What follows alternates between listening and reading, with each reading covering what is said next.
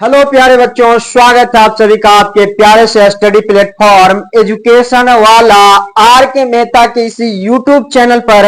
आइए बच्चों, आज हम लोग एक अपने अलग से टॉपिक को देखेंगे जो कि आपके सिलेबस में बहुत ही जबरदस्त, बहुत ही खतरनाक जो कि आपका टॉपिक होने वाला है इकोनॉमिक्स। तो आज हम लोग बच्चों देखेंगे इकोनॉमिक्स को, और अपना इकोनॉमिक्स का जो चैप्टर होने वाला है प्यारे बच्चों, चैप्टर नंबर फर्स्ट होने वाला है। कौन सा?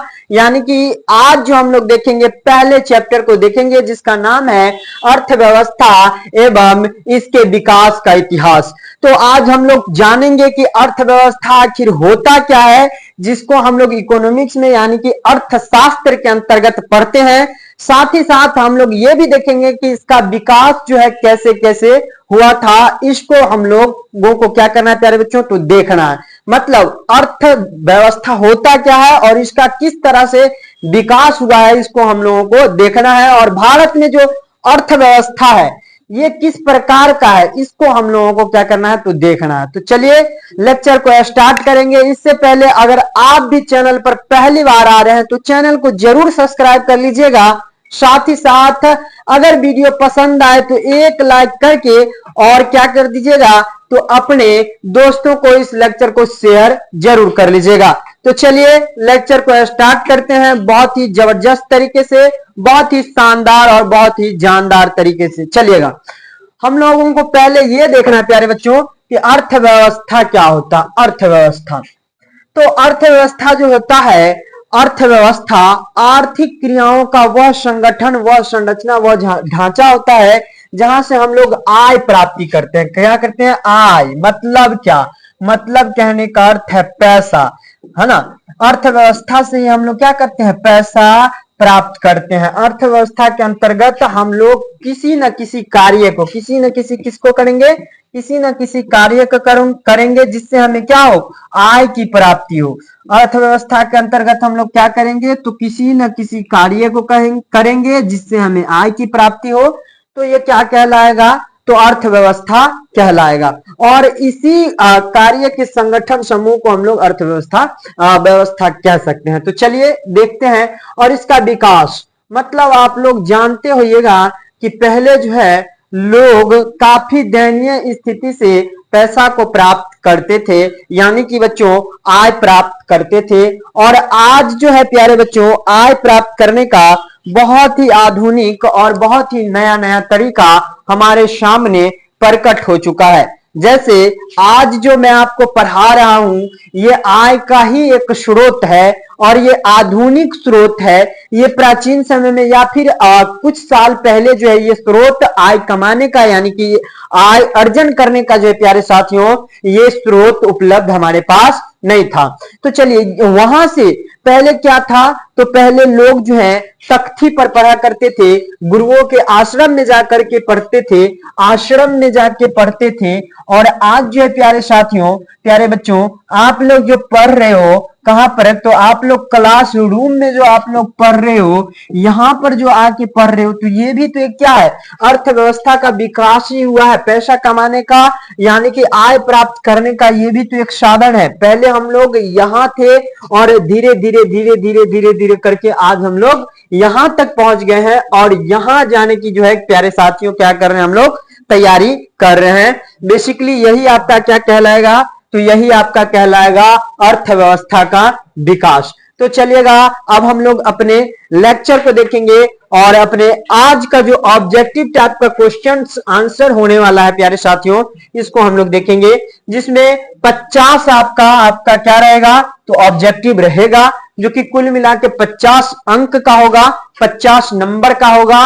और आप लोगों को क्लास ऑफलाइन के अगर बच्चे होंगे, ऑफलाइन के अगर आप बच्चे होंगे, तो यहां से आप लोग टेस्ट सीरीज के तौर पर भी इसको देख सकते हैं, टेस्ट लगा सकते हैं अपना कि आपका तैयारी जो है क्लास 10th का जो है एसएसटी इकोनॉमिक्स में आपका कितना तैयारी जो है फर्स्ट चैप्टर से आपका हो पाया है और कितना और अभी करने की आवश्यकता है। तो इस तरह से आप लोग क्या कर सकते हैं, तो अपने तैयारी को और भी बेहतरीन कर सकते हैं प्यारे बच्चों। चलिएगा, अपना पहला जो प्रश्न है, पहला भारत की आर्थिक व्यवस्था है। मतलब भारत में जो आर्थिक व्यवस्था, मतलब पैसा कमाने का, पैसा अर्जन करने का जो प्यारे बच्चों व्यवस्था जो है ये किस प्रकार की है, समाजवादी है, पूंजीवादी है, या फिर प्यारे बच्चों मिश्रित है। तो आप लोगों को डायरेक्ट आंसर टिक नहीं कर देना है, मिश्रित। चलिए हम जानते हैं कि भारत में जो है अर्थव्यवस्था मिश्रित अर्थव्यवस्था वाला भारत एक देश है। कौन सा? मिश्रित। तो आपको पता होगा कि ये जो है आपका समाजवादी अर्थव्यवस्था, समाजवादी अर्थव्यवस्था वैसे अर्थव्यवस्था कहते हैं जिसमें सरकार, क्या बच्चा? तो सरकार सारा कार्य करेगा और जितने भी लाभ होगा, जितना भी काम करने से लाभ होगा सारा सरकार रखेगी और अपने मुताबिक उसको जहां पर खर्च करने का जरूरत महसूस होगा वहां पर क्या करेगी? तो खर्च करेगी। और अगर आपका पूंजीवादी है, पूंजीवादी अर्थव्यवस्था वाला देश है, तो वह अर्थव्यवस्था जिसमें किसी प्राइवेट व्यक्ति, किसी निजी व्यक्ति के पास सारा कुछ हो और अपने लाभ के लिए वह अपने आय का इस्तेमाल करे, तो क्या कहलाएगा? तो आपका पूंजीवादी अर्थव्यवस्था वाला देश कहलाएगा। मिश्रित अर्थव्यवस्था प्यारे बच्चों क्या होता है? तो समाजवादी और पूंजीवादी का मिश्रण होता है। किसका मिश्रण? पूंजीवादी और समाजवादी का मिश्रण होता है। चलेगा। दूसरा आपका प्रश्न है, बिहार राज्य में लोगों की आजीविका का मुख्य आधार है। आजीविका का अर्थ होता है जीवन जीना। जीवन जीने का आधार जो है प्यारे बच्चों, देश जो है क्या रहा है, क्या है बिहार के लोगों का? तो आप लोगों को मैंने पढ़ाया था बिहार के पिछड़ेपन का कारण कि यहाँ पर तो उद्योग किसी भी तरह का है ही नहीं, तो आपका उद्योग वाला धंधा तो खत्म ही हो गया बिहार से, तो आपका इनमें से कोई भी नहीं होगा। मतलब जब उद्योग है ही नहीं तो ये भी गलत। एकमात्र आंसर जो आपका ऑप्शंस में बच रहे हैं वो ऑप्शन नंबर बी जो कि कृषि है।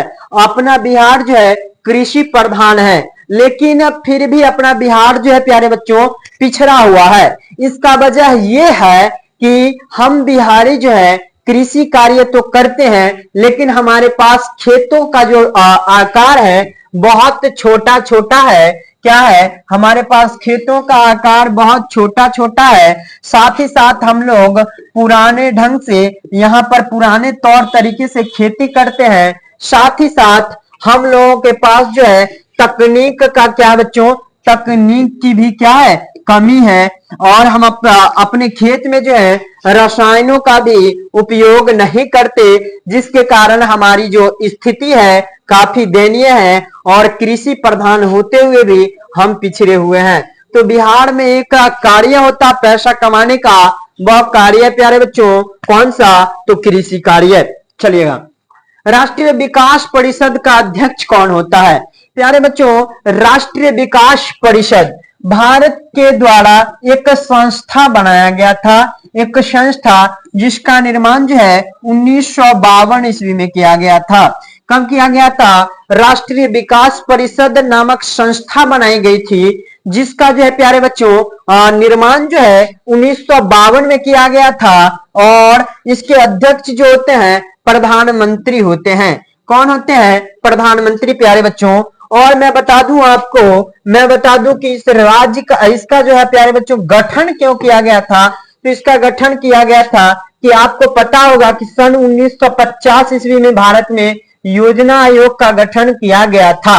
क्या किया गया था? सन 1950 ईस्वी में योजना आयोग का गठन किया गया था, है ना, जो कि ये काम करता था योजना आयोग की अगले 5 वर्षों में हमारे पास जो भी संसाधन मौजूद है, अगले 5 वर्षों में हमारे पास जो भी संसाधन मौजूद है उसको कहां, कब और कैसे खर्च करना है, ये निर्णय कौन करता था? तो ये निर्णय योजना आयोग करता था, जिसका गठन जो है सन 1950 ईस्वी में किया गया था। लेकिन इस योजना आयोग के काम को सही नहीं मानते हुए मुख्यमंत्रियों ने अलग अलग राज्य के मुख्यमंत्रियों ने इस मुद्दे पर क्या कर दिया?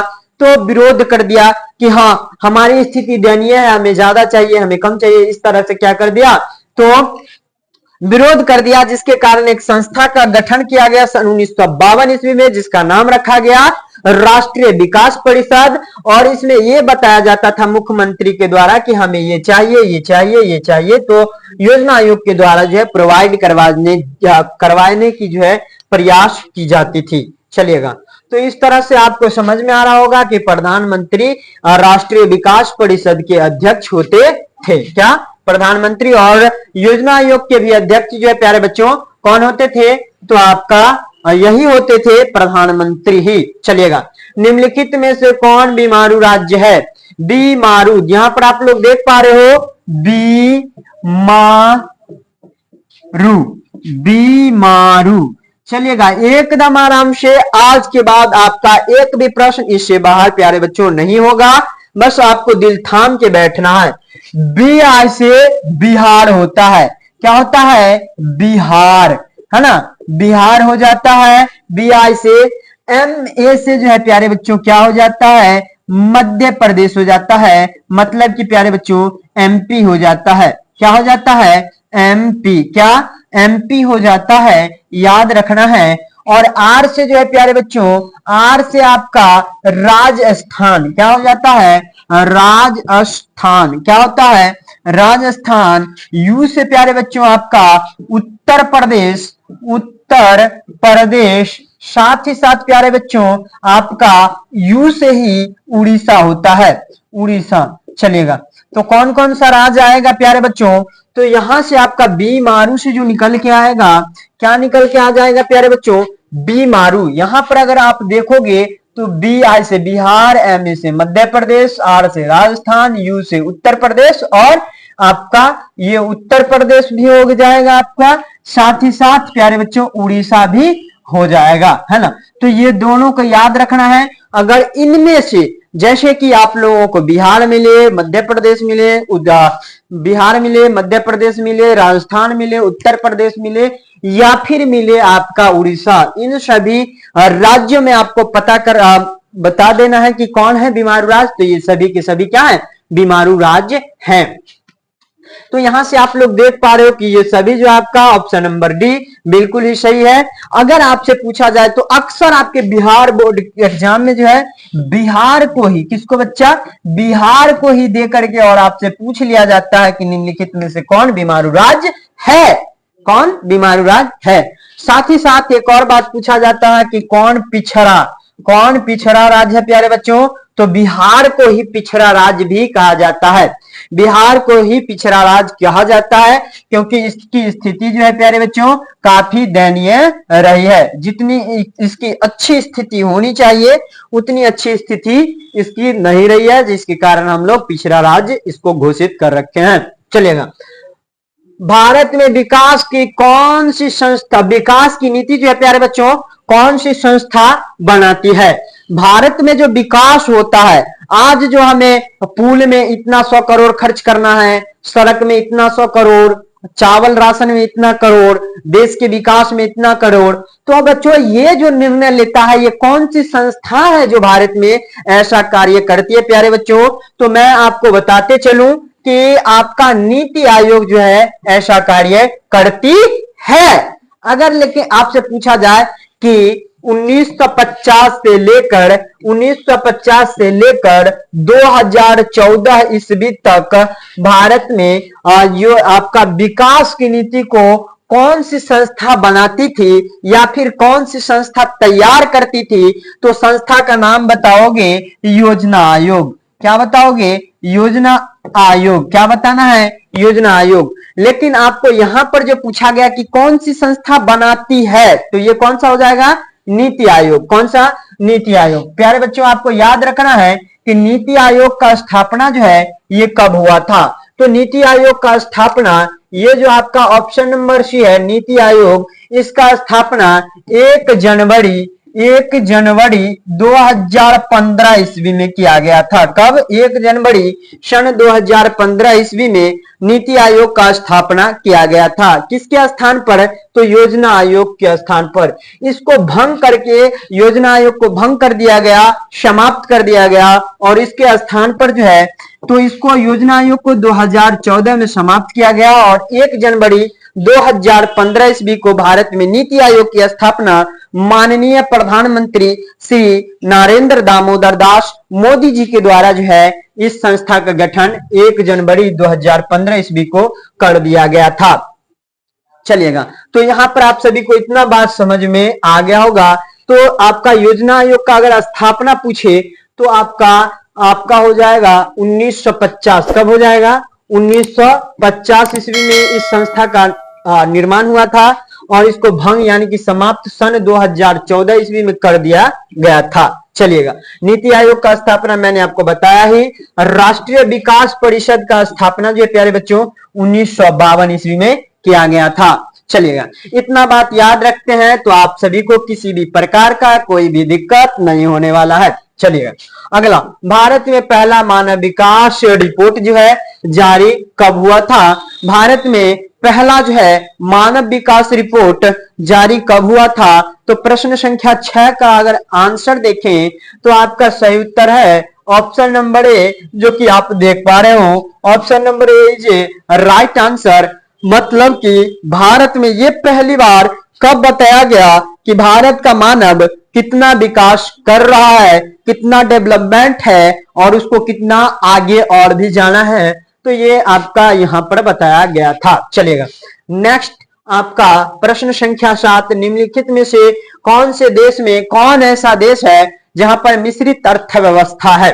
तो प्यारे बच्चों, आपका भारत एक ऐसा देश है जहां पर क्या है? तो मिश्रित अर्थव्यवस्था है। कहने का अर्थ है कि यहाँ पर भारत में पूंजीवादी और समाजवादी दोनों का मिश्रण है। जैसा कि आप वास्तविकता में देख पाते होंगे कि यहाँ पर विकास का काम जो है, पैसा कमाने का कार्य जो है यहाँ की सरकार के द्वारा भी और निजी व्यक्ति यानी कि प्राइवेट लोगों के द्वारा भी पैसा कमाने का काम जो है किया जाता है और दोनों जो है अपने अपने क्षेत्र में अपने अपने लाभ का जो है उपभोग और उपयोग करते हैं। तो चलेगा, तो भारत किस प्रकार के अर्थव्यवस्था वाला देश है? मिश्रित अर्थव्यवस्था वाला देश भारत है। चलेगा, नेक्स्ट प्रश्न, निम्न में से कौन प्राथमिक क्षेत्र कहा जाता है? तो आपको मैंने बताया था अर्थव्यवस्था को कुल 3 क्षेत्रों में बांटा गया है। कौन कौन सा? प्रथम क्षेत्र को हम लोग कृषि क्षेत्र, द्वितीय क्षेत्र को औद्योगिक क्षेत्र, क्या? द्वितीय क्षेत्र को औद्योगिक क्षेत्र और तृतीय क्षेत्र को बच्चों हम लोग सेवा क्षेत्र कहते हैं। ये रहा आपका कौन सा क्षेत्र? तो ये आपका 3 रहा अर्थव्यवस्था का क्षेत्र, जहां पर हम लोग अर्थव्यवस्था को 3 कैटेगरी में बांट रखे हैं। तो आपका प्रथम क्षेत्र जो है कृषि क्षेत्र आ जाएगा और कृषि क्षेत्र में मत्स्य पालन, मुर्गी पालन, जितना भी पालन वगैरह है सभी और कृषि संबंधित कार्य जो है प्राथमिक क्षेत्रों में ही किया जाता है। और द्वितीय क्षेत्र में कोई भी वस्तु नया से पुराना से क्या बनेगा? नया बनेगा। मतलब द्वितीय क्षेत्र में जो है, मतलब औद्योगिक क्षेत्र में किसी भी चीज का क्या होगा? तो निर्माण होगा। क्या होगा? निर्माण होगा। और सेवा क्षेत्र में जैसे मैं आपको पढ़ा रहा हूं तो ये आपके लिए क्या है? सेवा है। इसका अर्थ ये नहीं कि मैं आपका पांव दबा दूं तब सेवा होगा ना, ऐसा नहीं है। मतलब मैं जो आपको पढ़ा रहा हूं ये आपके लिए क्या है? सेवा है ना। पुलिस जो आपके लिए कार्य कर रही है वो आपके लिए सेवा है ना। अगर आप रेल पटरी को पार करते होंगे तो गुमटी जो उठाते और बंद करते हैं वो भी आपके लिए क्या है? सेवा है। डॉक्टर आपको इंजेक्शन देने चले आते हैं वो भी आपके लिए क्या है? सेवा है। तो आप समझ पाते होंगे, अच्छे से समझ गए होंगे कि सेवा क्षेत्र, कृषि क्षेत्र और औद्योगिक क्षेत्र, ये 3 क्षेत्र में हम लोग क्या बांट रखे हैं? तो अर्थव्यवस्था को बांट रखे हैं। चलिएगा, नेक्स्ट प्रश्न आपका चलिए आगे देखिए, थोड़ा सा ऊपर करते हैं, इसके बाद बताता हूं। चलिए, अगला आपका है भारत में सेवा क्षेत्र को सामान्यतः कितने वर्गों में जो है, कितने भागों में जो है बांटा गया है? किसको? तो बच्चों आपको मैं बता दूं कि भारत में सेवा क्षेत्र, पहले मैंने आपको बताया अर्थव्यवस्था का 3 क्षेत्र, 1 2 3, कौन कौन? 1 2 3, कृषि क्षेत्र, औद्योगिक क्षेत्र, सेवा क्षेत्र। कृषि क्षेत्र, औद्योगिक क्षेत्र, सेवा क्षेत्र। चलिए, कोई दिक्कत की बात नहीं। अब यहां जो है ये वाला सेवा, कौन सा बच्चा? सेवा क्षेत्र। तो सेवा क्षेत्र को जो है हम लोगों ने 2 भागों में बांटा है। कितना भाग में? भारत में बच्चों तो हम लोगों ने 2 भागों में सेवा क्षेत्र को बांट दिया है। क्या किया है? तो सेवा क्षेत्र को हम लोगों ने कुल 2 क्षेत्र में बांट दिया है। पहला क्षेत्र है सरकारी, क्या बच्चा? सरकारी। और दूसरा जो है आपका गैर सरकारी है। कौन सा? गैर सरकारी। कौन सा? तो आपका दूसरा जो है ये है दूसरा गैर सरकारी। चलिएगा, गैर सरकारी। ये आप दो क्षेत्रों में देखते होइएगा, सरकारी। ये दो क्षेत्रों में हम लोगों ने क्या किया? तो सेवा क्षेत्र को डिवाइड कर दिया है, बांट दिया है। चलेगा, तो दो क्षेत्र जो है आपका ऑप्शन नंबर ए बिल्कुल ही सही है। प्रश्न संख्या 9 का बहुत ही शानदार, बहुत ही लाजवाब, बहुत ही बेहतरीन। चलिए, बिहार में पंचायत स्तर पर महिलाओं को आरक्षण कब दिया गया था? पंचायत स्तर पर। कहां बच्चा? पंचायत स्तर पर। पंचायत स्तर पर जो है बिहार में महिलाओं को आरक्षण, मतलब महिलाओं के लिए जो है प्यारे बच्चों सीट को रिजर्व कब कर दिया गया? तो आपका सही उत्तर है ऑप्शन नंबर सी, जो कि आप देख पा रहे हो। तो भारत में योजना सूचना का अधिकार, सूचना का क्या? सूचना का अधिकार जो है आपका, ये कानून लागू कब हो गया? 1905 ईस्वी में प्यारे बच्चों। और पारित कब हुआ? तो 2004 में। कब? 2004 में पारित हुआ, 2005 में लागू हुआ। सबसे पहले राजस्थान में। कहा? राजस्थान। कहां पर बच्चों? राजस्थान में। और महिलाओं के लिए आरक्षण की व्यवस्था जो है सन 2006 ईस्वी में दिया गया। चलेगा, नेक्स्ट प्रश्न आपका आपके स्क्रीन पे। भारत की राष्ट्रीय आय में किस क्षेत्र का सर्वाधिक योगदान रहा है? किस क्षेत्र का जो है प्यारे बच्चों सर्वाधिक योगदान है? तो आपको मैंने अर्थव्यवस्था के 3 क्षेत्र तो अभी बताया है। आपको कमेंट में जरूर प्यारे बच्चों बताना है कि कौन कौन सा क्षेत्र है। तो चलिएगा, पहले जो क्या था प्राचीन समय में कृषि क्षेत्र जो है यानी कि प्राथमिक क्षेत्र जो है ज्यादा योगदान देता था। इसके बाद क्या होने लगा प्यारे बच्चों? तो द्वितीय क्षेत्र का बारी आया। और वर्तमान समय में जो है तृतीय क्षेत्र जो है भारत के लिए सबसे अधिक कारगर है, सबसे सर्वाधिक जो है, सबसे अधिक जो है प्यारे बच्चों योगदान देता हुआ नजर आ रहा है। और कौन क्षेत्र में आता है मैंने आपको पीछे ही बताया है। अगर आपको नहीं समझ में आया तो आप एक बार कमेंट में जरूर बताइए, मैं फिर से आपको रिपीट कर दूंगा। चलिएगा, नेक्स्ट प्रश्न। अर्थव्यवस्था आजीविका अर्जन की एक प्रणाली है। मतलब अर्थव्यवस्था जो है पैसे कमाने की, पैसा इकट्ठा करने की, पैसा का जुगाड़ करने का एक सिस्टम है, एक प्रणाली है, एक ढांचा है। ऐसा किसने कहा था प्यारे बच्चों? तो ऐसा कहने वाले व्यक्ति का नाम था, क्या नाम था? Brown cranes. क्या नाम था? Option number B, brown cranes. चलिएगा, नेक्स्ट प्रश्न आपके स्क्रीन पर होगा। चलिए, आर्थिक क्रियाओं का उद्देश्य होता है। आर्थिक क्रियाओं का जो प्यारे बच्चों उद्देश्य होता है वह होता है जीविकोपार्जन। मतलब जीविका, अपना जीवन जीने के लिए, अपना जीवन जीने के लिए जो प्यारे बच्चों पैसा कमाना ही क्या होता है? अर्थव्यवस्था का, आर्थिक क्रियाओं का उद्देश्य होता है, लक्ष्य होता है, टारगेट होता है। मतलब आर्थिक क्रिया हम लोग करते ही इसलिए है। आर्थिक मतलब पैसा, क्रिया मतलब कार्य, पैसा के लिए किया गया कार्य, मतलब पैसा अर्जन के लिए किया गया कार्य ही आर्थिक क्रिया कहलाता है, जो कि हम लोग जीविकोपार्जन मतलब जीवन जीने के लिए ऐसा करते हैं। चलिएगा, नेक्स्ट प्रश्न आपके स्क्रीन पे मौजूद होगा, बहुत ही शानदार और बहुत ही जानदार तरीके से। बस आप लोगों को अगर किसी भी प्रकार का डाउट रहे तो कमेंट में बताइए। अगर आप लोगों को किसी भी प्रश्न का उत्तर भी पता रहे तो आप जरूर कमेंट में बताइएगा। चलिएगा, योजना आयोग को भंग कर कौन सी संस्था बनाई गई है, ये आपसे पूछा गया है। तो योजना आयोग को भंग 2014 ईस्वी में मैं आपको फिर से बता दूं कि 2014 ईस्वी में भंग कर दिया गया था। कब? 2014 में। और इसके स्थान पर भारत में नीति आयोग की स्थापना की गई। कब की गई? 1 जनवरी। कब? 1 जनवरी 2015 ईस्वी को। कब? 1 जनवरी 2015 ईस्वी को भारत में नीति आयोग की स्थापना की गई थी। चलिए, बहुत ही शानदार तरीके से आप लोगों को समझ में आ रहा होगा। और करने वाले कौन थे मैंने आपको ये भी बताया था, तो आपको कमेंट में बताना है कि योजना आयोग किसको बच्चा? योजना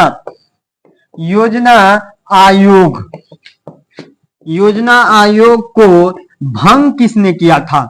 भंग करने वाले प्रधानमंत्री यानी कि PM prime minister of India कौन थे उस समय? तो आप कमेंट में जरूर बताइएगा, मैं आप सभी का कमेंट अवश्य ही चेक करूंगा। चलेगा, भारत में योजना आयोग का गठन कब कर दिया गया, कब किया गया प्यारे बच्चों?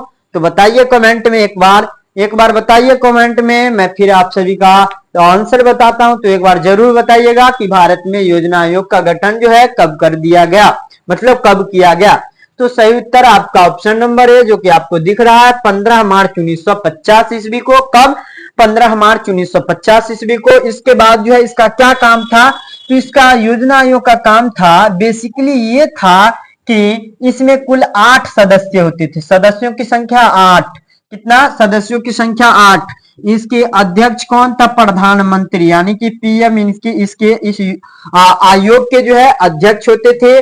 और इसका कार्य होता था कि अगले 5 वर्ष में भारत में मौजूद जो भी संसाधन है इसको कहां और कब और कैसे खर्च करना है और कहां और कब और कैसे लगाना है, जिससे भारत का जो है ज्यादा से ज्यादा विकास हो, सर्वांगीण विकास हो, जिसके लिए बच्चों जो है इस संस्था को का निर्माण किया गया था, जो 5 वर्षों के लिए कार्य किया करती थी। तो इसका स्थापना जो है 15 मार्च 1950 ईस्वी को कर दिया गया। इसके बाद जो है प्रथम इसका कार्यकाल जो है 1951 से स्टार्ट होता है, 51 से और 56 तक चलता है। कहां? 56 तक।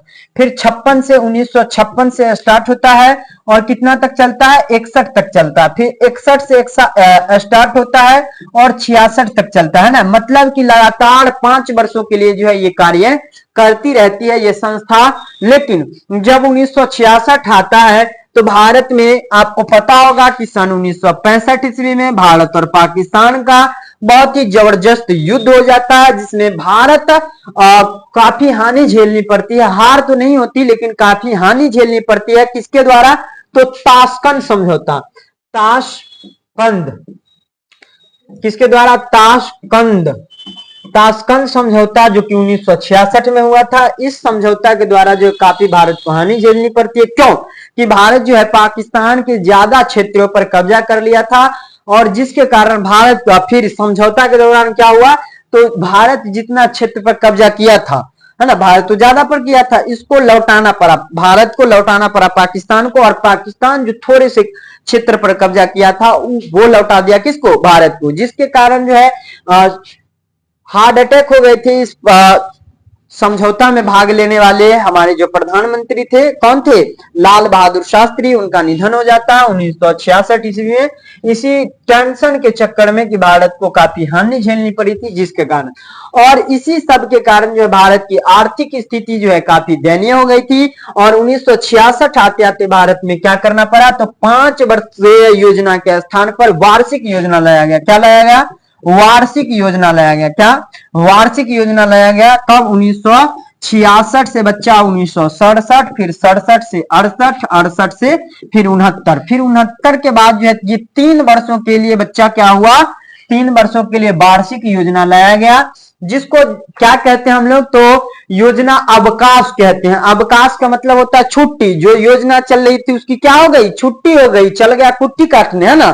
कौन सा? योजना आयोग। कब से? तो 1966 से। कब तक? तो 1969 तक। इसके बीच कितना योजना अवकाश आया? तो 3 योजना अवकाश आया, है ना। एक योजना अवकाश के तहत 3 वार्षिक योजना लाया गया। कब का? 1966 से 67, 67 से 68, 68 से 69। ये 3 वर्षों के लिए योजना अवकाश के दौरान वार्षिक योजनाएं लाई गई थी। इस तरह से आपका जो सही उत्तर है ऑप्शन नंबर ए है, जो कि आप सभी को बहुत ही शानदार और बहुत ही जानदार तरीके से समझ में आ रहा होगा। चलिएगा, नेक्स्ट प्रश्न आपका आपके स्क्रीन पर मौजूद होगा। 1 सेकेंड आप लोगों को वेट करना है। चलिएगा, नेक्स्ट प्रश्न आपके स्क्रीन पे। चलिए बताइए, बताना है आप सभी को। और मैंने आपको अभी थोड़ा सा बताया नहीं कि जितना नीति आयोग योजना आयोग जितना योजना आयोग का काम था, जितना भी योजना आयोग का काम था जो मैंने अभी अभी आपको बताया है, उतना ही काम वर्तमान समय में कौन करता है? तो नीति आयोग करता है। बस उसका क्या कर दिया गया है? नामाकरण कर दिया गया है, मतलब नाम चेंज कर दिया गया है, नाम में परिवर्तन कर दिया गया है, बाकी सब काम जो है प्यारे बच्चों सेम ही है। तो बताइएगा योजना आयोग का आप लोगों को कमेंट में बताना है कि स्थापना कब हुआ है। मैं आपको 2 बार बताया हूं। चलिए, तो योजना आयोग के अध्यक्ष जो होते हैं ये कौन होते हैं? तो ये योजना आयोग के मतलब नीति आयोग के और योजना आयोग के, दोनों आयोग के साथ ही साथ राष्ट्रीय विकास परिषद, तीनों आयोग के जो अध्यक्ष होते हैं प्रधानमंत्री ही होते हैं। चलिएगा, भारत में नीति आयोग, देखिए नीति आयोग के भी ब्रैकेट में आपका योजना आयोग के स्थान पर ये आया है, और जितना काम योजना आयोग करता था उतना ही काम नीति आयोग भी करता है। तो चलिए देखते हैं योजना आयोग की नीति आयोग की स्थापना जो है कब की गई थी। तो मैंने आपको बताया है 1 जनवरी 2015 ईस्वी को भारत में नीति आयोग की स्थापना की गई थी। चलिए नेक्स्ट प्रश्न, भारत की आर्थिक व्यवस्था है, भारत की आर्थिक व्यवस्था कैसी है? तो सकल राष्ट्रीय उत्पादन है ना, प्रति व्यक्ति आय, आर्थिक कल्याण का आधार, इनमें से सभी। तो सही उत्तर आपका मैंने आपको बताया था ये सभी पर जो है भारत का अर्थव्यवस्था टिका हुआ है। तो ऑप्शन नंबर डी जो कि आपका बिल्कुल ही सही है। क्या? तो इनमें से सभी, सकल राष्ट्रीय उत्पाद है ना, प्रति व्यक्ति आय और आर्थिक कल्याण का आधार, इनमें से सभी, ऑप्शन नंबर डी सही है। चलेगा अगला, आर्थिक विकास की व्याख्या के विभिन्न आधार कौन कौन है? आर्थिक विकास का जो है व्याख्या कौन करता है, मतलब आर्थिक क्रिया कहां कहां से हम लोगों को प्राप्त होता है? तो ये आपका सही उत्तर जो है ये जो मैंने आपको ऊपर ही बताया है, तो सभी का सभी जो है आपका ऑप्शन नंबर डी सही हो जाएगा। चलेगा नेक्स्ट प्रश्न आपका आपके स्क्रीन पे, भारत में आर्थिक विकास का मुख्य श्रेय दिया जाता है, मतलब भारत में जो है आर्थिक विकास, मतलब आर्थिक विकास जितना भी हम लोगों का आर्थिक क्षेत्र मतलब पैसे के दृष्टिकोण से जितना भी हम लोगों का विकास हो रहा है, इसका श्रेय किसको जाता है? तो प्यारे बच्चों, ना ही आपका पूंजी को, ना ही आपका सेवा को, ना ही व्यापार को, आपका जाता है नियोजन को। तो समझिएगा थोड़ा सा नियोजन का क्या अर्थ होता है। नियोजन का मतलब होता है मतलब कि मान लिया जाए कि आपके पास 100 रुपया है, 100 रुपया है, इसको आप अगर आपको बोला जाए कि इसको क्या करना, उपयोग करना है, तो आप तुरंत ही जाओगे मार्केट में, चाउमीन जो खाना है खा के तुरंत ही इसको क्या कर दोगे, समाप्त कर दोगे। कोई चाउमीन खाएगा, कोई फुच्ची खाएगा, जिसको जो खाना है खा के समाप्त कर देगा। चलिए, अगर आपको बोला जाए कि इसमें कोई अच्छा काम करना है तो आप लोग क्या करना है प्यारे बच्चों, तो इसको हम लोगों को कर देना है क्या, तो अगर आपको 100 रुपया दिया जाए तो इसका क्या करना है, नियोजन का अर्थ होता है कि विवेकपूर्ण उपयोग करना, विवेकपूर्ण उपयोग करना ही क्या कहलाता है, आपका नियोजन कहलाता। मतलब सही ढंग से जिसका जहां उपयोग होना चाहिए वहां अगर हम लोग उपयोग करते हैं तो क्या कहलाएगा, नियोजन कहलाएगा। तो अगर आपको पूंजी भी दे दिया जाए, सेवा भी दे दिया जाए, व्यापार भी दे दिया जाए, अगर आप सही ढंग से मतलब कि विवेकपूर्ण उपयोग नहीं करते हो, मतलब नियोजन नहीं करते हो, तो आपका कभी भी आर्थिक विकास नहीं हो सकता। आर्थिक विकास तो छोड़ो, आपका कुछ भी विकास नहीं हो सकता। मान लिया जाए कि आपको पढ़ने के लिए मोबाइल भी दे दिया जाए, कॉपी भी दे दिया जाए, कलम भी दे दिया जाए, स्कूल कोचिंग जाने के लिए साइकिल भी दे दिया जाए, बैग भी दे दिया जाए, सब कुछ दे दिया जाए, और अगर आप ध्यान पूर्वक नहीं पढ़ोगे तो एग्जाम में टॉप कभी नहीं कर सकते। तो इसके लिए यह जरूरी है कि आपके पास जो भी संसाधन है उसको आपको क्या करना है, विवेकपूर्ण उपयोग करना है, मतलब कि सही ढंग से उपयोग करना है, तभी आपका क्या होगा, विकास होगा। विकास तो छोड़ो, आपका सर्वांगीण विकास होगा, मतलब कि आपका चारों तरफ विकास होगा, हर तरफ आपका ही जलवा और आपका ही दबदबा होगा। चलिएगा नेक्स्ट प्रश्न आपका आपके स्क्रीन पे मौजूद है। चलिए देखते हैं हम लोग, बहुत ही शानदार, बहुत ही जानदार तरीके से क्या कहता अपना प्रश्न, देखिएगा, बिहार में मानव विकास को कौन सा रूप दिया है? मानव विकास का कौन सा रूप दिया है? तो अपना जो है जन आंदोलन, मतलब यही जो है आपका बिहार में क्या दिया गया है, तो विकास का रूप दिया गया है बिहार में। चलिए बिहार में किसकी प्रधानता है? तो मैंने बताया था आपको कि यहाँ तो खनिज है नहीं, अगर बहुत ज्यादा खनिज होता तो यहाँ पर उद्योग होता, और जैसे ही यहाँ पर उद्योग होता वैसे ही हम लोगों की क्या होगी होती, गरीबी दूर हो जाती। लेकिन ये दोनों तो अपने पास है नहीं, मतलब बिहार के पास है नहीं, तो बच क्या गया? तो बचा ये दोनों। तो इन दोनों में से जो है आपका सबसे अधिक जो होता है क्या होता है? कृषि कार्य होता है। और कृषि कार्य के अंतर्गत ही हम लोग रख सकते हैं किसको? तो पशुपालन को रख सकते हैं। तो जिसके लिए आपका सही उत्तर जो है ऑप्शन नंबर डी आपका कृषि जो है बिल्कुल ही सही उत्तर, आपका बिल्कुल ही सही है। चलिए, बहुत ही शानदार तरीके से आप लोगों का option number D is right answer. चलिए अगला, भारत का कौन सा आर्थिक क्षेत्र सबसे बड़ा है? तो भारत का जो आर्थिक क्षेत्र है ये 3 आर्थिक क्षेत्र है, प्रथम द्वितीय और तृतीय अर्थव्यवस्था का ये क्षेत्र है बच्चों। और इसमें से जो है वर्तमान समय में तृतीय क्षेत्र जो है सबसे अधिक अपना भूमिका जो है भारत के लिए अदा करता हुआ आ रहा है। चलिए नेक्स्ट प्रश्न, किसी क्षेत्र को द्वितीय क्षेत्र मतलब किस क्षेत्र को द्वितीय क्षेत्र कहते हैं? कौन ऐसा क्षेत्र है जिसको हम लोग क्या कहते हैं प्यारे बच्चों? द्वितीय क्षेत्र कहते हैं। तो आपको कमेंट में बताना है कौन सा क्षेत्र, प्रथम को कृषि, द्वितीय को औद्योगिक और तृतीय को सेवा। तो ये आपका औद्योगिक क्षेत्र, option number C is a right answer, जो कि मैंने आपको पीछे भी बताया है।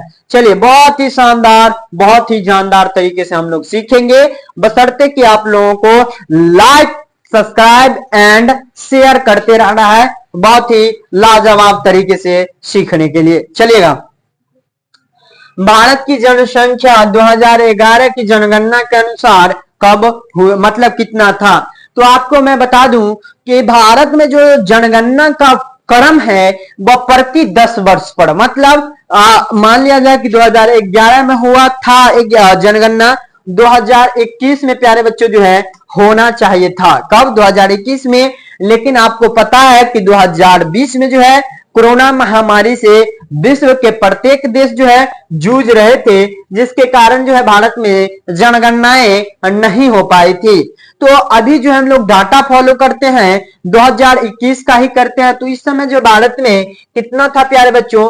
तो 121.02 करोड़ जो है भारत की जनसंख्या थी। कब बच्चों? तो 2011 की जनगणना के अनुसार। जनगणना का अर्थ होता है जनसंख्या का गिनना, जनसंख्या जो भी है उसको गिना जाना ही क्या कहलाता है? जनगणना कहलाता है। चलिए, वर्तमान में बिहार की साक्षरता दर कितनी है? साक्षरता दर जो है प्यारे बच्चों ये आपका ऑप्शन नंबर बी 73.39% जो है बिहार की साक्षरता प्रतिशत रही है।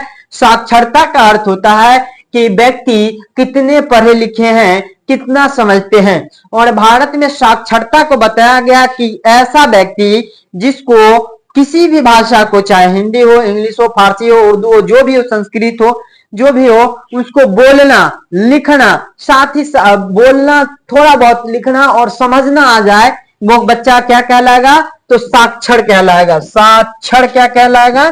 कहलाएगा क्या? साक्षर कहलाएगा। साथ ही साथ उसको अंक गणितीय क्या? तो उसको थोड़ा सा अंक गणितीय जो है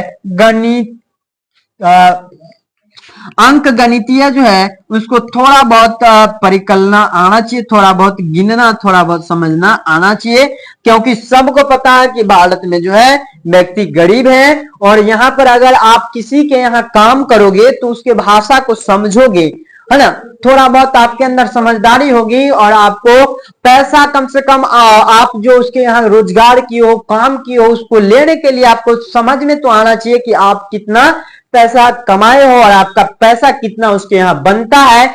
तो इसी के लिए साक्षर होने के लिए जो है भारत में ज्यादा यहाँ पर क्राइटेरिया जो है नहीं रखा गया, मतलब यहाँ पर साक्षर होने के लिए भारत में कोई भी क्वालिफिकेशन, कोई भी डिग्री जो है प्यारे बच्चों नहीं रखा गया है।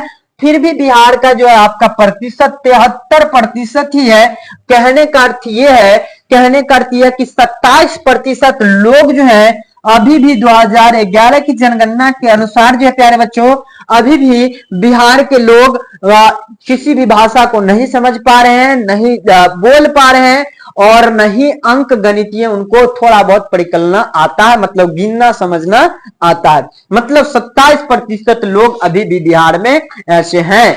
तो हम कहां से कह सकते हैं कि बिहार का विकास संभव होगा? इस तरह से बच्चों अगर शिक्षा, अगर आपको विकास करना है तो आपको शिक्षा जरूर हासिल करना है, शिक्षा जरूर आपको प्राप्त करना है और शिक्षा के क्षेत्र में आगे बढ़ना है, तभी आपका क्या होगा? विकास होगा। अर्थात क्या बच्चों? सर्वांगीण विकास होगा, चारों तरफ जो है आपका विकास होगा। चलिए नेक्स्ट प्रश्न आपके स्क्रीन पे मौजूद है।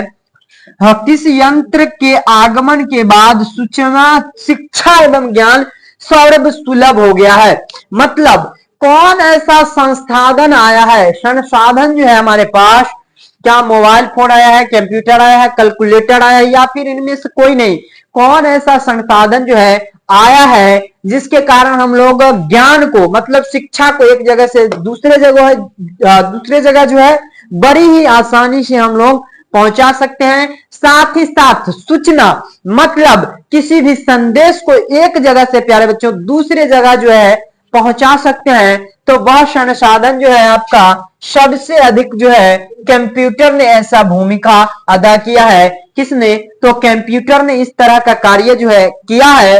और अभी वर्तमान में आपका मोबाइल भी है, लेकिन ये आपका दूसरे स्थान पर है। तो पहले स्थान पर प्यारे बच्चों हम लोगों को रखना है किसको? कंप्यूटर को प्यारे बच्चों रखना है। चलिए वर्तमान समय में विश्व व्यापार संगठन के कुल कितने सदस्य देश हैं? मतलब प्यारे बच्चों आपका 1995 ईस्वी में एक संगठन बनाया गया, जो वैश्विक स्तर पर यह संगठन था, जिसका नाम था विश्व व्यापार संगठन। क्या नाम था बच्चों? विश्व व्यापार संगठन। जो क्या करता था तो वैश्विक स्तर पर व्यापारिक कार्य में होने वाली कठिनाइयों को दूर करने का प्रयास करती थी। और इसका स्थापना 1995 ईस्वी में किया गया था। और इसका जो है बच्चों मुख्यालय जो है, हेड ऑफिस जो है प्यारे बच्चों आपका कहां है? तो जिनेवा में। कहां? जिनेवा में है प्यारे बच्चों।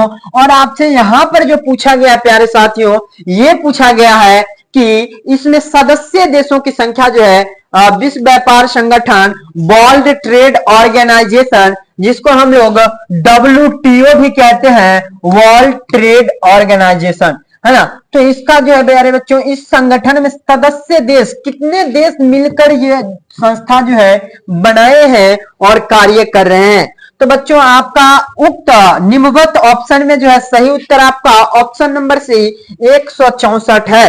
लेकिन आपका वर्तमान समय में 166 हो गया। कितना हो गया है? 166 हो गया। याद रखना है 166, लेकिन ऑप्शन के मुताबिक आपका 164 ही टिक करना है, जो कि आपके ऑप्शन में दिया गया है। अगर आपके एग्जाम में 64 भी रहे और 66 भी रहे प्यारे बच्चों, तो आपको 66 टिक करना है, 64 को छोड़ देना है ना। बहुत ही जबरदस्त तरीके से आप लोगों को मैं सिखा रहा हूं, तो आराम से आप लोग सीखिए। इसके बाद हम लोगों को आगे बढ़ना है और अपने तैयारी में जो है 4 चांद लगानी है। चलिए नेक्स्ट प्रश्न आपके स्क्रीन पे मौजूद होगा। ये आपका ऑप्शन नंबर सी है। व्यावसायिक बैंकों का राष्ट्रीयकरण कब कर दिया गया? तो बच्चों व्यावसायिक बैंक जो कि व्यवसाय करती थी, कार्य करती थी, और ये प्राइवेट बैंक हुआ करती थी, और इसको क्या कर दिया गया? राष्ट्रीयकरण कर दिया गया। मतलब जैसे मान लो कि किसी राम का, श्याम का, तुम्हारा, हमारा किसी का बैंक था, जो कि क्या कर रही थी? तो भारत में कार्य कर रही थी। लेकिन 1969 में क्या कर दिया गया बच्चों? तो इंदिरा गांधी की सरकार के द्वारा जो है क्या कर दिया गया? 14 बैंकों का राष्ट्रीयकरण कर दिया गया। मतलब उस बैंक का जितना भी लागत था, जितना भी खर्च था उस बैंक का, उसको दे दिया गया, और सरकार ये बोली कि ये बैंक आज से हमारा। मतलब राष्ट्रीयकरण का अर्थ होता है राष्ट्र, मतलब देश अपने अंतर्गत उसको ले लेता है और कार्य करने लगती है। इसी को क्या कहा जाता है बच्चों? राष्ट्रीयकरण कहा जाता है। और इंदिरा गांधी के द्वारा 1969 ईस्वी में क्या कर दिया गया था? 14 बैंकों का राष्ट्रीयकरण कर दिया गया था। चलिए, गरीबी रेखा के नीचे रहने वाले सारे लोगों की कैलोरी मात्रा क्या होती है प्यारे बच्चों, तो आपको बताना है। और ये जो है कैलोरी सिस्टम, गरीब कौन है इसको कैलोरी में बताने का काम जो है प्यारे बच्चों योजना आयोग किया था। तो आप लोग एक बार जरूर फिर से बताइए कि योजना आयोग का स्थापना कब और किसके द्वारा किया गया था। एक बात मैं नहीं बताया आपके योजना आयोग के बारे में कि ये एक गैर संवैधानिक संस्था है। कौन सा बच्चा? गैर संवैधानिक संस्था। योजना आयोग जो है गैर संवैधानिक संस्था है, जिसका जिक्र जो है, जिसके बारे में वर्णन जो है हमारे संविधान में प्यारे बच्चों नहीं किया गया है। किसके बारे में? योजना आयोग के बारे में। और योजना आयोग के प्रथम अध्यक्ष जो है पीटी नेहरू थे। कौन थे बच्चों? पीटी नेहरू, मतलब पंडित जवाहरलाल नेहरू थे। कौन थे बच्चों? पंडित जवाहरलाल नेहरू थे। और कैलोरी में जो है गरीबी को दिखाने का प्रयास किसने किया था? योजना आयोग ने किया था। और शहर के लिए क्या बोला था बच्चों? तो शहर के लिए बोला था कि जिस भी व्यक्ति को 2100 कैलोरी ऊर्जा प्रत्येक दिन का प्राप्त हो जाता है वह व्यक्ति क्या है? तो वह व्यक्ति गरीब नहीं है।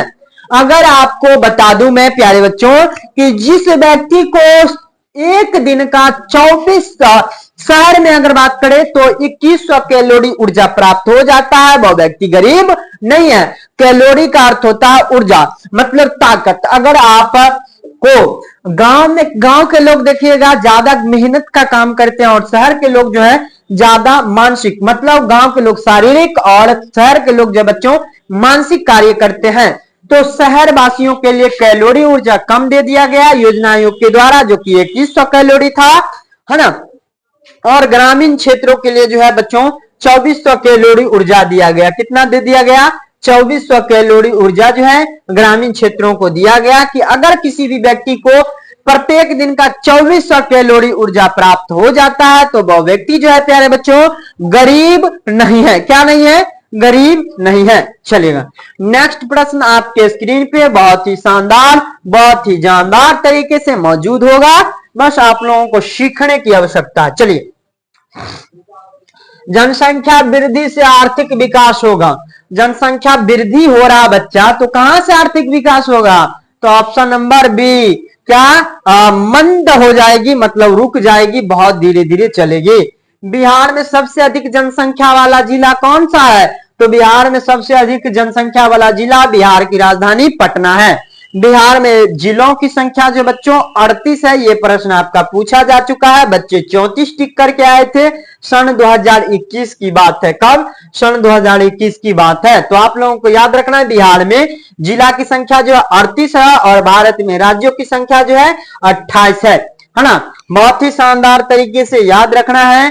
और बिहार का सबसे कम जनसंख्या वाला बच्चा जो है आपका जिला जो है कौन सा है? शिवहर, जबकि पटना जो सबसे अधिक और शिवहर सबसे कम। चलिए, एक प्रश्न आपका, अगला प्रश्न बहुत ही आपका टिचुअल है, जो कि बिहार का लिंगानुपात है। 2011 की जनगणना के अनुसार 2011 की जनगणना के बाद जो है भारत में जनगणनाएं जो है वर्तमान में अभी तक नहीं हुई है।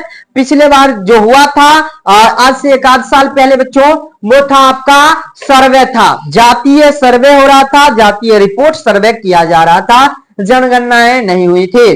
पिछला जनगणना जो है सन 2011 में हुआ था। इसके बाद जो है 21 में होना चाहिए था, लेकिन 21 में जो है आपका कोरोना आ गया, जिसके कारण नहीं हुआ। और अब जो है 2031 में होने की प्यारे बच्चों संभावनाएं हैं। लिंगानुपात का अर्थ होता है प्रत्येक 1000 पुरुष पर, लिंगानुपात का अर्थ होता है प्यारे बच्चों प्रत्येक 1000 पुरुष पर महिलाओं की संख्या को लिंगानुपात कहते हैं। क्या कहते हैं? प्रत्येक 1000 पुरुष पर महिलाओं की संख्या को हम लोग क्या कहते हैं? लिंगानुपात कहते हैं। लिंगानुपात का फॉर्मूला होता है प्रति लिंगानुपात बराबर प्रति 1000 पुरुष बटा महिलाओं की संख्या। क्या कहलाता है? लिंगानुपात कहलाता है। और बिहार की जो लिंगानुपात रही है प्यारे बच्चों, वह रही है 2011 की जनगणना के अनुसार 916। क्या बच्चा? 1000 पुरुष पर, 1000 पुरुष पर 916 महिला। कितना बच्चा? 916। कितना? 916 महिलाएं जो है रही है। मतलब यहाँ पर महिलाओं की संख्या जो है 1000 पुरुष पर 84 महिलाएं जो है बिहार में कम रही है, जो कि कहीं से भी सही नहीं है। लिंगानुपात के मामले में अगर बात किया जाए, भारत का सर्वप्रथम स्थान किसका है? तो केरल का है। किसका? केरल का है ना? समझ में आया होगा, केरल का सबसे अच्छा स्थान है, जबकि पंजाब और हरियाणा का जो है सबसे दयनीय हालात है लिंगानुपात में। साथ ही साथ साक्षरता की बात करें तो साक्षरता में भी आपका केरल जो है प्यारे बच्चों ये प्रथम स्थान बनाए हुआ है भारत में। कहां पर? भारत में। चलिएगा, बहुत ही शानदार तरीके से हम लोग सीखेंगे। बस आप लोगों को क्या करना है, बने रहना है, लाइक सब्सक्राइब करते रहना है और बहुत ही जबरदस्त तरीके से बने रहना। चलिएगा, अगला प्रश्न आपके स्क्रीन पे है। भारत की प्रति व्यक्ति आय 2004 के आंकड़ा के अनुसार जो है प्रति व्यक्ति आय, मतलब बच्चों प्रत्येक व्यक्ति भारत में कितना कमा पाता है, ये आपसे पूछा गया प्रत्येक साल का, है ना, प्रति व्यक्ति आय। तो 28,000 जो है प्रति वर्ष जो है बच्चा, पर एक वर्ष में भारत का औसतन व्यक्ति जो है 28,000 कमा पाता था। कब? 2004 में। आपको औसत का मतलब होता है ऊपर से नीचे लाना और नीचे से ऊपर ले जाना। क्यों? कि भारत में फुटपाथ पर सोने वाला 100-200 रुपया का प्रतिदिन कमाने वाला व्यक्ति भी रहता है। साथ ही साथ यहाँ पर मुकेश अंबानी जैसे भी अमीर व्यक्ति रहते हैं जो प्रतिदिन का लाखों और करोड़ों कमाते हैं। तो हम लोगों को अगर औसतन निकालेंगे तो ऊपर वाले को नीचे लाएंगे और नीचे वाले को ऊपर ले जाएंगे, जो कि औसत कहलाएगा। और औसतन जो है 2004 की जनगणना के अनुसार 28,000 प्रति व्यक्ति आय थी। चलिए, नेक्स्ट आपका रहेगा 11वीं पंचवर्षीय योजना की अवधि। बच्चों मैं आपको बताया था प्रथम योजना जो है आपका योजना आयोग का स्थापना 1950 ईस्वी में, प्रथम कार्यकाल 1951 से जो रहा आपका 1951 से 56, इस तरह से मैंने आपको बताया था। और योजना आपका 66, 67, 68 से 69 तक रहा, 3 वर्षों के लिए। और इसके बाद जब योजना आयोग स्टार्ट होता है तो 11वीं पंचवर्षीय योजना पर जब पहुंचता है भारत में, तो इसका कार्यकाल होता है 2007 से 12। याद रखना है, याद रखने का एक ट्रिक है, एक फॉर्मूला है, आपको याद इस तरह से रखना है। 11-12 में क्या हुआ? समाप्त हो गया। 11-12 में समाप्त हो गया। आपको पता है कि पंचवर्षीय योजना 5 वर्षों के लिए होता है। अगर बच्चों 12 में कोई भी योजना समाप्त हो जाता है तो वहां से 12 से हम लोग पीछे आएंगे 5 वर्ष, तो हम लोगों को मिलेगा 2007। तो 11वीं पंचवर्षीय योजना का अगर शासन काल मतलब 11वीं पंचवर्षीय योजना का अवधि पूछे, समय पूछे, तो आपको बताना है 2007 से 2012 तक। अगर आपसे पूछा जाए कि 11वीं पंचवर्षीय योजना का अंत कब हो गया, तो आपको बता देना है 2012 में। कब? 2012। इसके बाद 12वीं पंचवर्षीय योजना जो है प्यारे बच्चों ये स्टार्ट होता है 2012 से और चलना चाहिए था 2017 तक। कब? 2017 तक। लेकिन इसी बीच जो है भारत में चुनाव होता है और कांग्रेस पार्टी के स्थान पर जो है बीजेपी पार्टी बन जाती है सरकार में, और इसकी सरकार कार्य करने लगती है और प्रधानमंत्री बनते हैं माननीय प्रधानमंत्री नरेंद्र मोदी जी। और ये क्या करते हैं तो योजना आयोग को भंग कर देते हैं और क्या कर देते हैं तो इसके स्थान पर नीति आयोग 2015 में स्थापित कर देते हैं। तो चलिए 2017 तक का क्या करता, तो आपका 12वीं पंचवर्षीय योजना का कार्य करना चाहिए था, लेकिन 2014 में इसमें रुकावट आ गई कि मतलब कि इसको भंग कर दिया गया, इसको समाप्त कर दिया गया। तो बहुत ही शानदार तरीके से आपको समझ में आ रहा होगा, बशर्ते कि आप पूरा अंत तक वीडियो देखते होइएगा तो, और एकदम फुल्ली कंसंट्रेशन से देखते होइएगा तो। चलिए, कब समाप्त हो गया? 2007 से 2012 में। मानव विकास सूचकांक में भारत का कौन सा स्थान है, मतलब किस देश का कितना मानव का जो है विकास हो रहा है, इसमें भारत का जो है प्यारे बच्चों 126वां रैंक है विश्व में।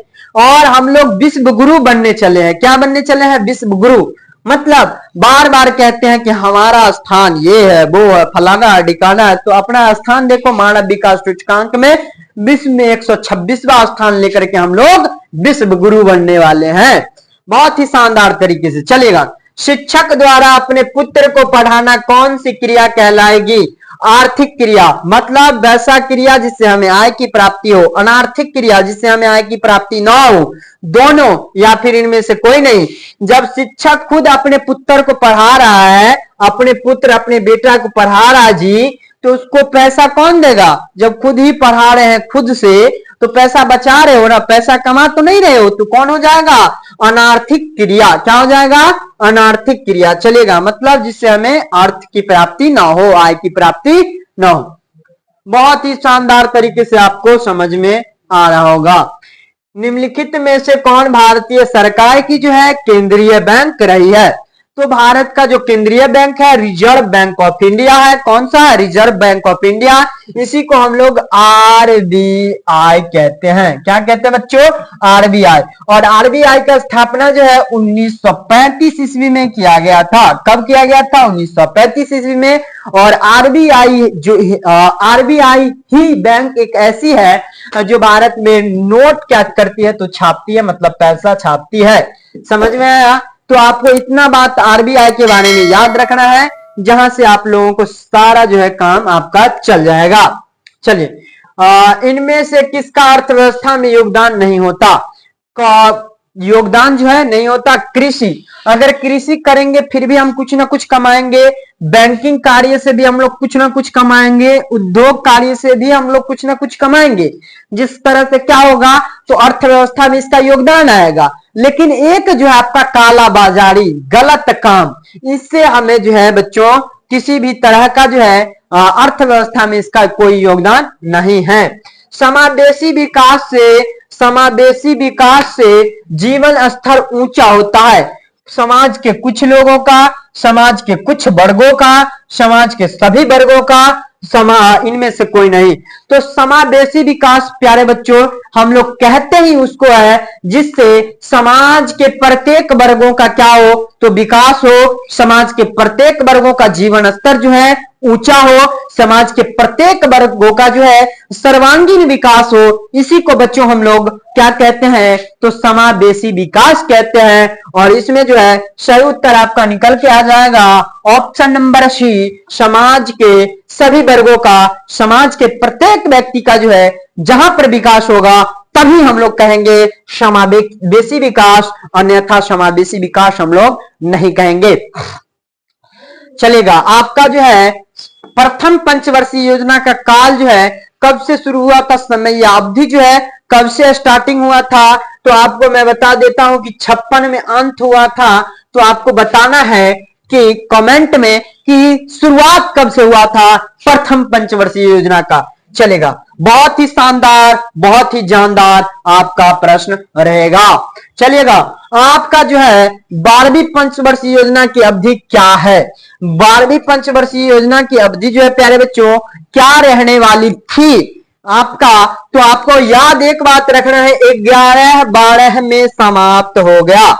11-12 में समाप्त हो गया। तो 2007 से 12 जो है बच्चों ये 11वीं पंचवर्षीय योजना का समय था। तो 12वीं का जो था 12 से 17 होने वाला था। 12 से 17 जो है समयावधि होने वाली थी, लेकिन 2014 में योजना आयोग को भंग कर दिया गया और 2015 में जो है नीति आयोग की स्थापना कर दी गई थी। चलिए, इतना बात याद रखिएगा। चलिए, सामान्यतः किसी देश के विकास का स्तर किस पर निर्धारित किया जाता है? तो बच्चों उस देश का प्रति व्यक्ति, मतलब उस देश का जो है प्रत्येक व्यक्ति जितना ज्यादा कमाएगा वह देश जो है उतना ही अग्रसर होगा, उतना ही विकासशील और विकसित होगा, उतना ही आगे जाएगा। साथ ही साथ वहां के लोग पढ़े लिखे होने चाहिए, मतलब साक्षरता दर जो है प्यारे बच्चों वहां का शानदार होना चाहिए, अच्छा होना चाहिए। साथ ही साथ वहां के लोग जो है स्वस्थ होने चाहिए, मतलब कि बीमार नहीं होने चाहिए। तो सही उत्तर आपका आएगा इनमें से सभी। मतलब किसी भी देश में अगर प्रति व्यक्ति मतलब प्रत्येक व्यक्ति ज्यादा कमाता है, साथ ही साथ वहां के लोग ज्यादा पढ़े लिखे हैं, साथ ही साथ वहां के व्यक्ति जो है हेल्दी और स्वस्थ है, बीमार नहीं है, तो वह देश जो है उतना ही आगे जाएगा, उस देश का उतना ही विकास होगा। बहुत ही शानदार। चलिए, मानव की न्यूनतम आवश्यकता क्या है, मानव को जीने के लिए निम्नवत मतलब कम से कम क्या चाहिए बच्चों, तो मानव को जीवन जीने के लिए कम से कम चाहिए रोटी, कपड़ा और मकान, ये चाहिए। लेकिन अगर बेहतर जीवन की बात करें तो 5 चीज चाहिए, रोटी, कपड़ा और मकान, निम्नवत, साथ ही साथ शिक्षा और स्वास्थ्य अगर दे दिया जाए, मतलब एजुकेशन दे दिया जाए और हेल्थ दे दिया जाए, मतलब स्वास्थ्य दे दिया जाए, तो व्यक्ति जो है बेहतर तरीके से जीवन जी सकता है। तो आपका सही उत्तर ऑप्शन नंबर ए, रोटी, कपड़ा, मकान, जहां पर आपको टिक कर देना है। अगला आपका 48वां प्रश्न है, स्वच्छ भारत मिशन। स्वच्छ भारत मिशन को जो है कब प्रस्तुत किया गया है, कब आरंभ किया गया है, कब शुभारंभ किया गया प्यारे बच्चों, ये आपको बताना है। तो मैं बता दूं आपको कि भारत में माननीय प्रधानमंत्री के द्वारा जो है भारत में किया गया था इस प्रकार का कार्य, जो कि किया गया था महात्मा गांधी के जन्म दिवस के अवसर पर। तो कब किया गया था, तो ये किया गया था 2 अक्टूबर 2014 ईस्वी में स्वच्छ भारत मिशन। 2 अक्टूबर 2014 ईस्वी को स्वच्छ भारत मिशन जो है भारत में आया था। चलिए अगला, प्रधानमंत्री उज्ज्वल योजना कब आरंभ की गई थी। प्रधानमंत्री उज्ज्वल योजना जो है भारत में 1 मई 2016 को लाया गया था। भारत में राज्य पुनर्गठन आयोग जो है कब बना था, तो भारत में राज्य पुनर्गठन आयोग तो वैसे बना था 1953 में, है ना, लेकिन इसके आधार पर राज्य का निर्माण जो हुआ था सबसे पहले आपका 1956 में हुआ था।